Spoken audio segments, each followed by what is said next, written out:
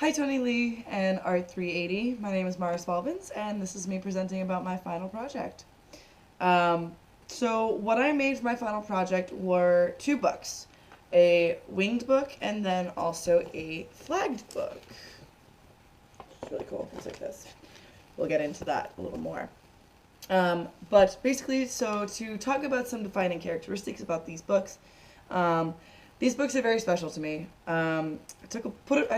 Did a lot of time and effort and thought into these books, and it really surprised me how they came out. Mainly the winged book.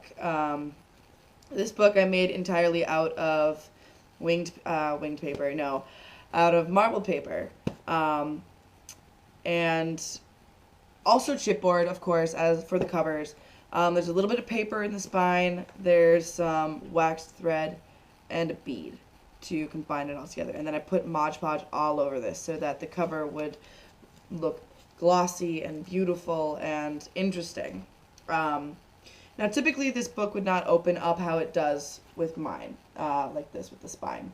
It would normally open up as a long accordion, but mine is so big that I didn't want objects falling out of this. I'm going to be using this book as like a travel book and putting all of my memories inside of this, and I don't want to lose any of them. And that's also why I added the bead and like this little locking mechanism into it. But as you can see, this book actually does open up how it should be once you pull it kind of out like this. We'll try not to rip it. It goes like that. There's a little hole in here. See? But what's really cool about this book is actually I googled about this and there is no history on it. And I'm like, okay, this kind of a book that's in our textbook does not have a history to it. Well, I found out that the author of our textbook, Making Handmade Books by Elisa Golden, she actually designed this book. I guess she had a friend bring her some hexagonal paper from Spain, and she wanted to make a book that was going to look like a hexagon, but it didn't turn out that way. She says, I wanted to make a book shaped like a hexagon. When the pages are joined, the hexagon is not visible. I originally called it a checkbook because the size and aspect ratio was exactly like that of a bank check, but the flaps are looking more and more like wings to me.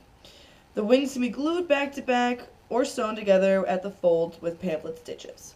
I decided to glue my pages together just because I didn't want to rip the pages because they're actually very delicate. And with my second book, the flagged book, I decided to put two pictures of myself in this. It almost resembles like a do-si-do. It opens up like this. This is the first picture. The reason why it's a do-si-do is because here is one picture of me in the wintertime at Killington Mountain, snowboarding my little heart away, and I'm looking out on the mountains over here. And then we flip it over, and then here's a second picture of me on another mountain in the Smoky Mountains in the springtime. So there's a little opposite kind of thing, but there's still a connection between the two pictures of me being on a mountain, loving my life, of course. What's really interesting about the flagged book is that it was invented in 1979 by a lady named Heidi Kyle. She made a book called April Diary, and she made it into a winged book. She had some text in it, but you definitely don't need to have text in it. It's definitely a good picture book. It's really interesting. I mean, you open it and there's just all these little flaps. Like you see it opening like this, and you're like, what does it look like? What could this possibly be? And then you open it all the way, and it becomes this big picture. And what really was interesting about that book is it definitely gave graphic designers a whole bunch of new ideas on how to make books and how to design books and everything like that. But the materials I used for this was paper, decorative paper, some chipboard, and some printed images.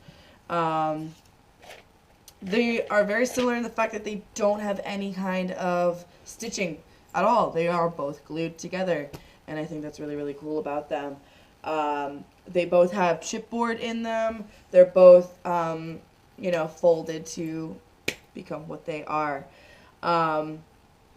the defining characteristics of these are definitely, I mean, they're just beautiful books. I mean, this is my favorite book out of all of them. The marbled paper I bought, I did not make. It definitely adds to the interesting factor of these. I really had a lot of fun making these books, and my heart and soul went into this, and I really enjoyed doing this. So I hope you enjoyed my project, and I can't wait to see all of yours. Thank you.